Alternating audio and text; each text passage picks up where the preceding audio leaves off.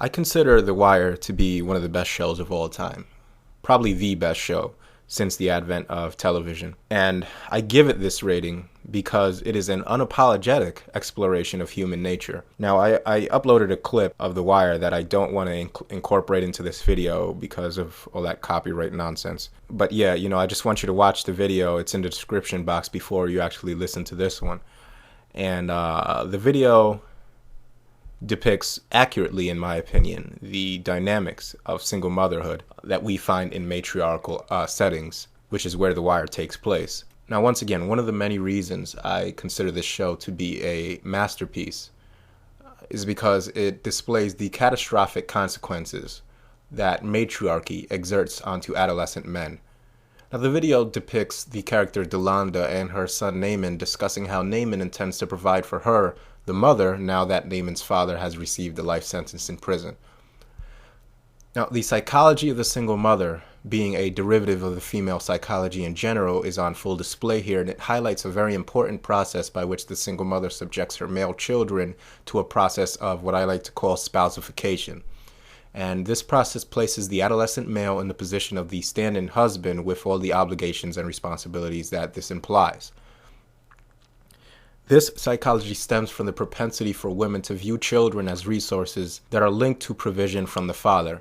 Now, in the event that the father is no longer able to produce wealth, the next best thing, granted the woman still seeks to procure financial stability, are the sons of the father. Male children in matriarchal upbringings where poverty is rampant become the de facto breadwinners, providers, and protectors to the mother, according to the mother.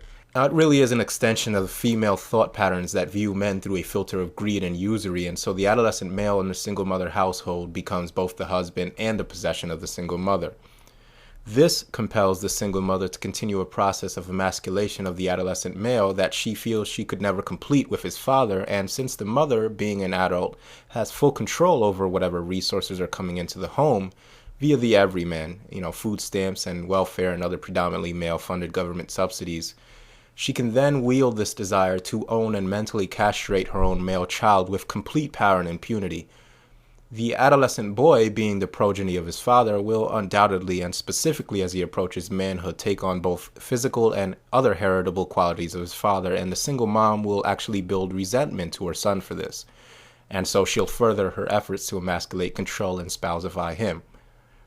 Now, all this, of course, creates a profound rift in the adolescent male's development, and it can manifest in various ways within him. One being the adolescent male taking on the persona of hypermasculine bravado, a desperate mad dash to project as much pseudo-masculinity as possible. And I explain this further in the video titled Deconstructing PUA Frauds in the link box. Now, in this scenario, the adolescent male develops an extreme distrust for other men because he fears that any strong male figure will betray him in the same way that his father has. But what isn't usually discussed is just how he feels that his father has betrayed him. The generic supposition being that feelings of abandonment cause him to feel betrayed, but the part that hurts him the most is the fact that he feels that his father didn't rescue him from the manipulations and attacks leveled against him by his own mother.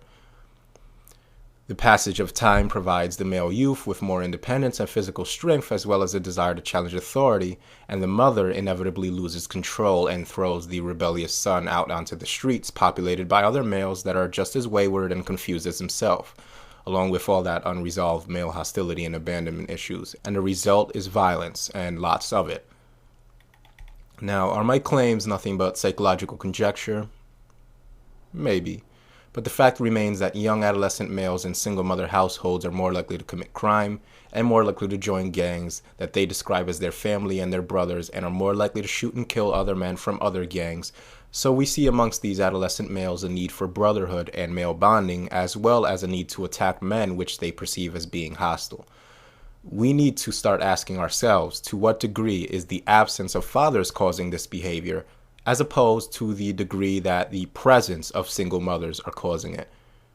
That's right, the presence of single mothers. Let's start analyzing that for a change.